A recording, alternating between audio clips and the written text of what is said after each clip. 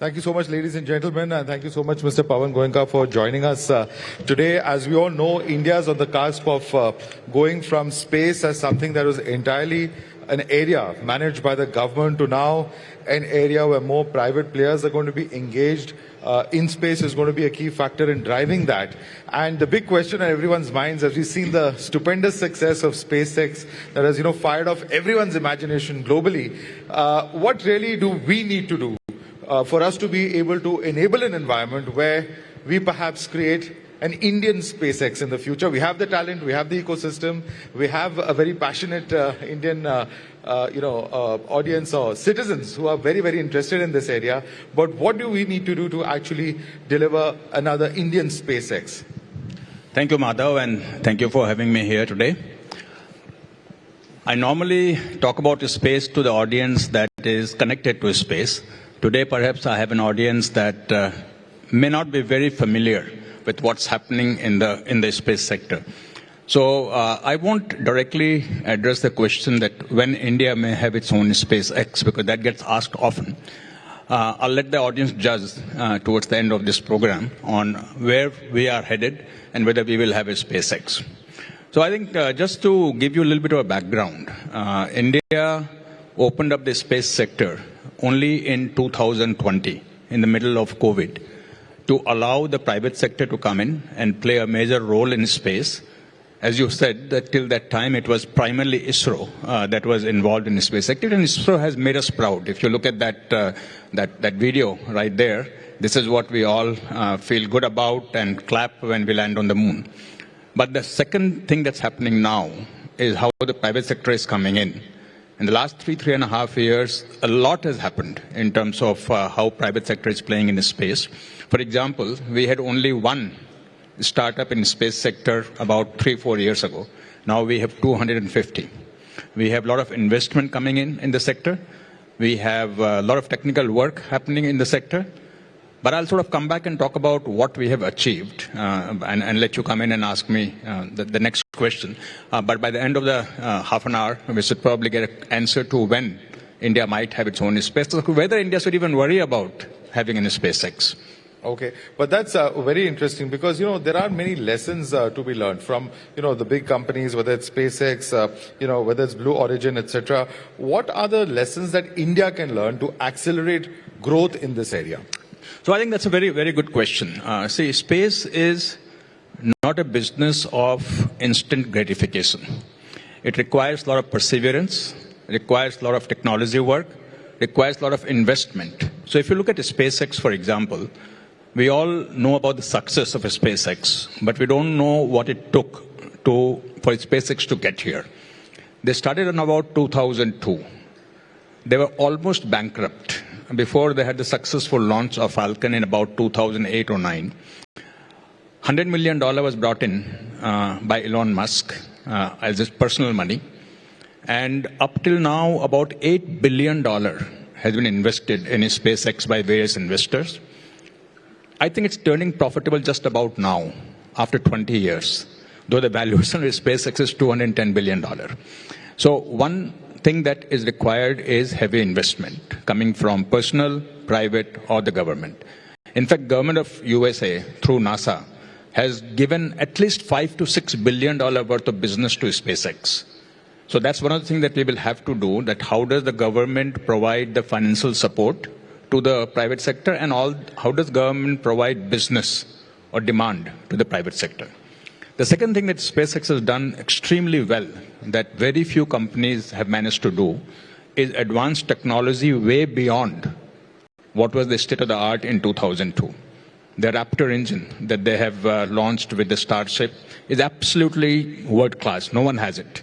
The Falcon that they did the first time reusable rocket, nobody had done that in the world up until now. Nobody. They're the first company to do that, private or government. So it also success is coming from very cutting edge technology development that is SpaceX has done. Right? And third one is, of course, to have kind of an appetite that Mr. Elon Musk has for taking risk, setting very big, bold goals that many of us will think the man is crazy. right? But he sets the goal and achieves the goal by his belief in himself and his team, and his ability to muster support for himself in all Right. box. One interesting aspect, though, that that InSpace and the entire environment has is that earlier space was directly under the central government. Even the structure of it is that it comes directly under the Prime Minister's office, and that's been the case for many decades. But now, do you see that the state governments too can have a role in actually fostering this ecosystem and ensuring that there is more private investment? What are the steps that are being taken for state governments to get more involved? So see, state government has a role in two ways. One, government today is the biggest user of the outcome of space, whether it happens in terms of satellites and communication devices or navigation devices, which is done mostly by the security agencies, including defense. And second, in terms of using the data from space to translate into information that gets used in our daily life, whether it's agriculture, communication, navigation, disaster monitoring, marine, all of these, right? States are very big user of these things. So what the states need to do is perhaps understand little more of how space can help running of the various programs that they have and make them more efficient and more effective, right? The second thing that the states can do is to attract space companies to come in and set up manufacturing in their state, just like they do for many other investments.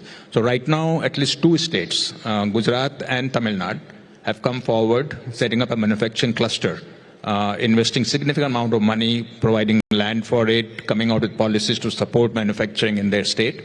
And many other states are now looking at it with the private sector growing. So to attract that private sector, to set up the manufacturing. And third is to create an ecosystem for startups through incubation centers that again many states are doing. Karnataka, of course, is the heart of space industry, with the headquarters of ISRO being in Karnataka, and also many of the startups are set up in and around Karnataka.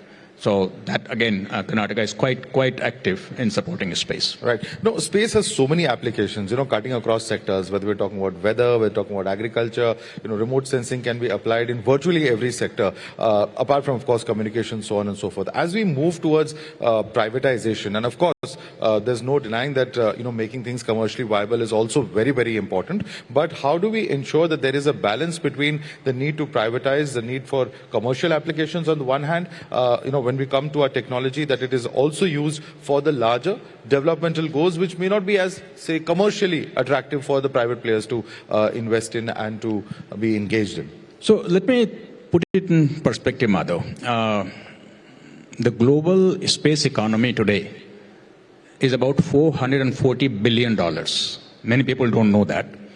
India is only about $8 billion. That is just about 2% of global economy. But India, in terms of technology, is shoulder to shoulder with most advanced countries in terms of what we can do. Again, you can see all these videos in front of you. We are not behind anyone. Where we need to do more is the commercial application of space. The type of application where the government comes in and does things for the social requirement or for defense requirement, security requirements, is being done reasonably well. We can do more, but we are doing reasonably well. Where we're not doing enough is the commercial application of space. How do the people sitting here in this room see space as something that can help them do what they're doing better, right? And not just look at the Chandrayaan landing on the moon. That's exciting. That's a lot of value. It brings us a lot of pride, brings a lot of technology. But what can happen to the data that comes down through the satellites? What can happen to the communication that we can do through satellite, and how can you use it in your business? So you have to think beyond what you have been thinking. And I can tell you that many businesses will find that space can play a very important role in them. And then only the commercial cycle will start. That will not start simply by government providing some services using space data or space applications. The private sector has to come in both in terms of developing applications, which is beginning to happen, and also in terms of using these applications to gainfully use the outcome of space data to make your business better in terms of providing better service, providing better efficiency, understanding where to mine, understanding your leakages in the pipes, and so on and so forth. So what are these gaps? So what I'm gathering from what you're saying is that even though we're doing fairly well when it comes to space technology, Chandrayaan 3 success, so on and so forth, there are still some technological gaps or gaps of access or providing this technology. Where are these gaps that you think? Gaps in what? Sorry? In terms of actually providing space technology, when it comes to space technology itself, where are these gaps where you feel that it would be more successful? See, again, as I said earlier, that space is an expensive business. Okay, when you launch one satellite in the geo model or GSO orbit, where we have several for communication, each satellite costs 2,000 crores upwards. Okay, each satellite. Right? Technology that we have is reasonably good. We can launch satellites. We have all our launch vehicles. We have very excellent launch center. What we don't have enough of is number of satellites that we have. Okay, so today for navigation, for example, we have something called NAVIC. I don't know how many people know about NAVIC here, which is similar to GPS that everybody knows about. Now in NAVIC, we have today only 4 or 5 active satellites. We need to launch 5 more for NAVIC to become as effective as GPS is, at least in the Indian Ocean region, right? Which is in the plan. But till that happens, NAVIC cannot be as effective as GPS is for civilian application. For strategic application, defense, it's doing its job, but for civilian, it cannot be. So that plan is there. So putting in more. If you look at the data, Earth observation, as we call it, that is getting data around India. That means, again, many people won't know that every point on Earth is being watched. We are all being watched right now by some satellite somewhere, but it's a Chinese satellite is watching us, what we're doing. We have satellites for Earth observation of various kinds, ocean, Earth, mountains, but the accuracy that we have is not as much as is required today for the applications, right? And that's because, again, we have perhaps not put in as much investment as we need to, and that is perhaps because all of this is happening only by the government. If private sector comes in and starts putting in investment, and not investment for the sake of doing something good, but investment for the sake of making money, because I won't expect private sector to do things only for social cause. It has to have a business justification. If they start coming in and put in more investment into launching satellites that will give you a better resolution of the data that you create, then you can get much better outcome. So, for example, in space has just floated a tender for private sector to come in and launch 12 satellites that will give data better resolution than what we have today available to us. And about 9 companies have applied for it. That just happened last week. And pretty soon we'll finalize who will get the contract. And after that, they will launch the satellite. It will take 2 to 3 years for it to happen, but then we'll be much better off than what we are today. So that's the second part on how do we get better data. Third thing that we are lacking is access to what we call spectrum, frequency spectrum. Okay? This is something that is given by a central international body, and satellites are at various points on the sky, and not 2 satellites can come at the same point. So this body assigns satellites to come to a country. India does not have enough of these frequencies, and we need to apply for more, get more frequencies so that we can launch more satellites to take care of all our requirements. Right. One of the things that I was also coming across is that there's been a phenomenal increase in the number of startups in this area. Over 200 startups that are now there, which is a 5-time increase in about 2 years. But one of the things that startups talk about is that the lack of adequate testing facilities. How are you planning to approach this problem? I think we are taking care of it slowly. Again, there's no overnight solution, but it's happening. I'll tell you what we are doing. But let me tell you in terms of startups, we have come quite far, as I said, in terms of numbers. The highest valuation for a space startup right now is about $500 million. And I'm waiting for the first unicorn, and hopefully it will happen in the next year or so. Hopefully. But what the startups need, as you said rightly, one is demand. I talked about it at length. And second is the infrastructure, the ecosystem. Now today, ISRO has world-class infrastructure. No matter what you talk about, they have everything that you can do. But of course, ISRO has it for their own internal use. Now, as per the new Indian space policy that got announced in April of last year, ISRO is mandated through InSpace to make this ecosystem available to the private sector. And InSpace is playing that role of facilitating how private sector can use this ecosystem, right? So there's a process established, and quite a bit of it has already happened, where almost every facility of ISRO is accessible to private sector at a let's say subsidized price. Okay. Second thing that we are doing is that InSpace itself is sort of creating infrastructure for use only of the private sector, not ISRO. We have already done phase 1 in Ahmedabad. Phase 2 is in the process of being approved. Once that is done, then we'll have 75-80% of what they need available through InSpace directly. And for remaining 25-30%, we will go to ISRO. And third is that as the space sector grows, private sector will come forward and put infrastructure for use by others. That is not started in a big way yet. We will still need some more demand to happen. Of course, we are putting the infrastructure before demand is there. Because if we waited for demand, then it will be a catch-22 situation. But private sector will not put the infrastructure till demand is there. But I'm sure it will happen, as it is seen in European countries, as it is seen in USA. Right, and as the sector grows and as the plans, of course, ambitious as they are, and rightly so perhaps, but what about the need for specialized, skilled manpower in this area? Do we have that kind of infrastructure to produce the persons who are perhaps trained adequately? Okay, it looks like somebody had briefed you on all the speeches that I give in space conferences and talk about what we need to do. So these are very good cues for me to talk about. A little bit of reading, yes. So see, I normally talk about 5 or 6 things that need to happen for space sector to become big. Demand we talked about, that was number 1. Investment we talked about, that was number 2. Ecosystem we talked about, number 3. Technology we talked about. The last is a skill. Not the last, but there's one more. I don't know if you have it in your notes. The skill. So skill is, again, first of all, many people will not realize that ISRO has a treasure of space skill.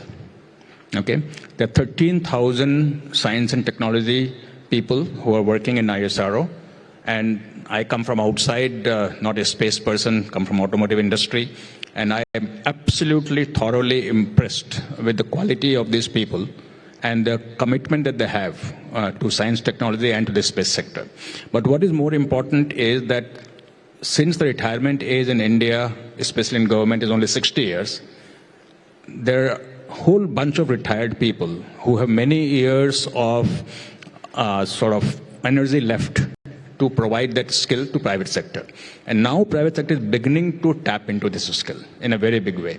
If you go to any startup, they will have 1, 2, 3, 4, 5 retired ISRO experts with them, either advisor or as employees, and they become their mentors and handholders. Third thing, so this is coming from the top. Third thing coming from the ground is InSpace is working with universities to set up degree in space, either courses or bunch of courses or a degree in space. And at least 8 to 10 universities now have signed up to start doing that. AICTE has approved a curriculum through InSpace for the space program, so that is also beginning. And then we also are providing short skill development courses to startups using experts from ISRO. And they come in and provide very good sort of focused thing, let's say something on satellite design. Someday it will be about Earth observation or something like that. So we are attacking it from many different fronts, and we'll solve the problem. Right. NASA's Commercial Orbiter Transport System, or COTS, is a great example. Are there plans as we approach the more private investment in space to look at something like that model here in India? The NASA's Commercial Orbiter Transport System, I don't know if you're familiar with it, but that has been a fairly successful Commercial model. Orbiter Transport System, NASA, that NASA has. You mean space station? Yes, commercial orbital transportation services that they have. Transportation service, I'm not 100% sure what you're referring to, but no, transportation system, at least we are not working on right now. But Let me talk about what is being talked about. We just now talked mostly about private sector, but what ISRO is doing is what will happen in the next 10 years or next 15 years is perhaps more than what has happened in the last 60 years in terms of what ISRO is doing. Because now ISRO is in some sense freed from the day-to-day activity of space and let private sector do it. They are focusing more on the big stuff. Okay? You have probably heard about Chandrayaan 4.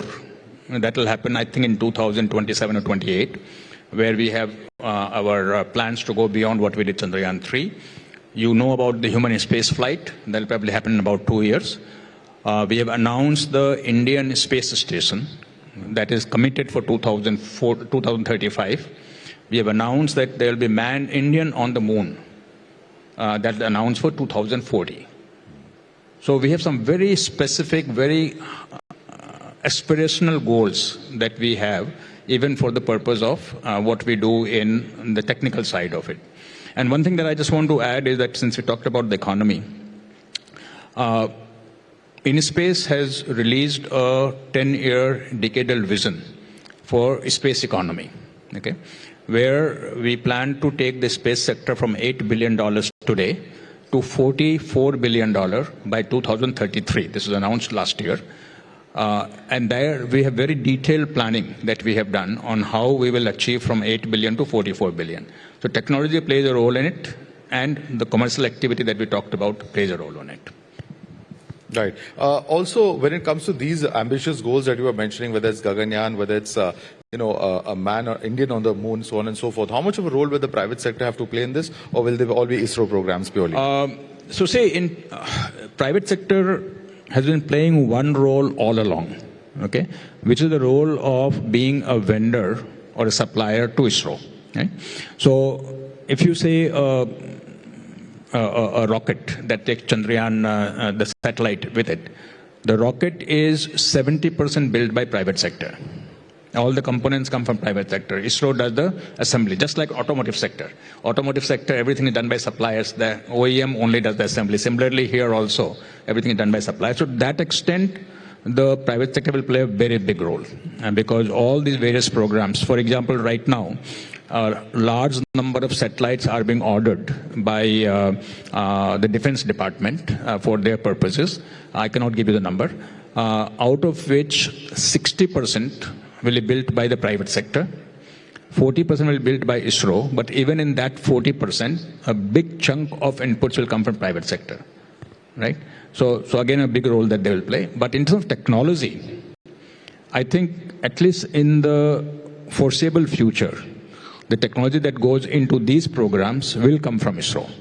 That is not to say that private sector is not developing technology. In fact, almost all the startups that are there in space are what you would call deep tech startups. None of them is doing e-commerce or aggregation or fintech. They are all deep tech startups, and none of them are just picking up technology off the shelf and using it. All of them are developing new technology. But what is required for these programs perhaps goes beyond what is being developed. It's a very interesting point to make, because when it comes to defense and strategic aspects, we see that there's so much of competition in terms of sharing of technology. Yet when it comes to space, which is perhaps the pioneer when it comes to technologies, we are seeing cooperation between countries. For Gaganyaan, for instance, we have cooperated with Russia. There have been cooperations with the European Space Union. There's been cooperations with USA. How do you see this going along? Because many say, the next aspect of strategic affairs could be space. There's a space command, for instance, in the United States.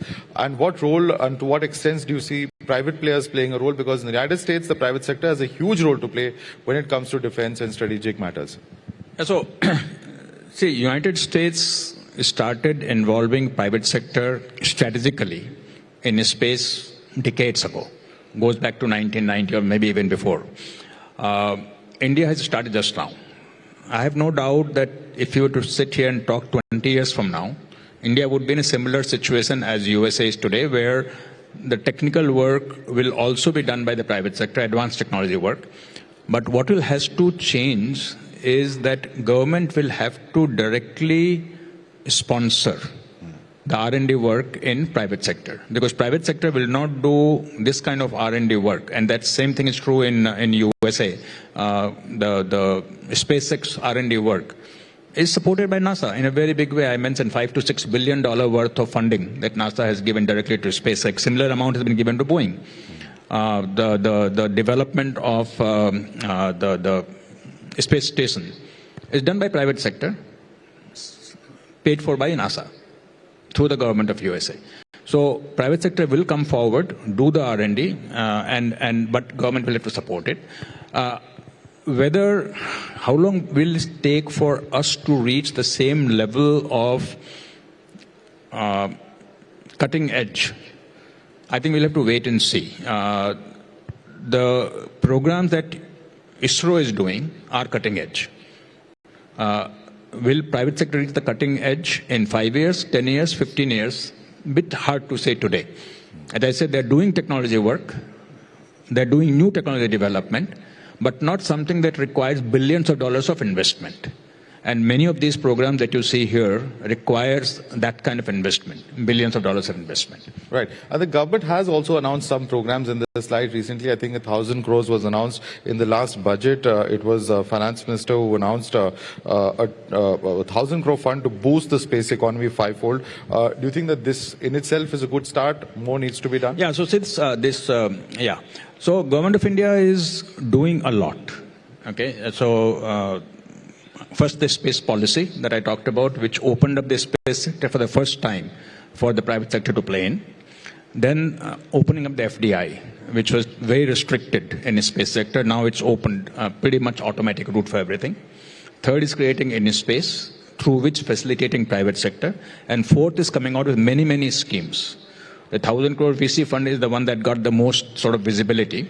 But there are many other schemes like this that we are working on right now, that we have announced some of them we are announcing. The constellation that I talked about, the 12 satellites launched by private sector, is also part of a PPP model, where government is putting in about 300 crore plus to support the private sector. And the 1,000 crore VC fund is done primarily with one objective only, that is space sector being a deep tech sector, which is very high gestation period. Right now, the private money doesn't come in very easily in the space sector. So government said that we are going to put aside 1,000 crores to fund startups. This is not a grant. This is an equity funding, just like any other VC fund. So it's a VC fund being created from government money specifically to fund the startups in the space sector. And that hopefully will operationalize it within the next 3 to 4 months. And then many of the startups are looking forward to it and have that money come in. Thank you so much, Mr. Pawan Goenka, for explaining all of that to us. And we certainly hope that with the private sector coming in, the space sector has a lot more successes at its hand. Thank you so much, sir. It's been a pleasure. Thank you very much. Dr. Goenka and Madhav, thank you. Well, ladies and gentlemen, our next speaker, as promised, and you all have been waiting with a bated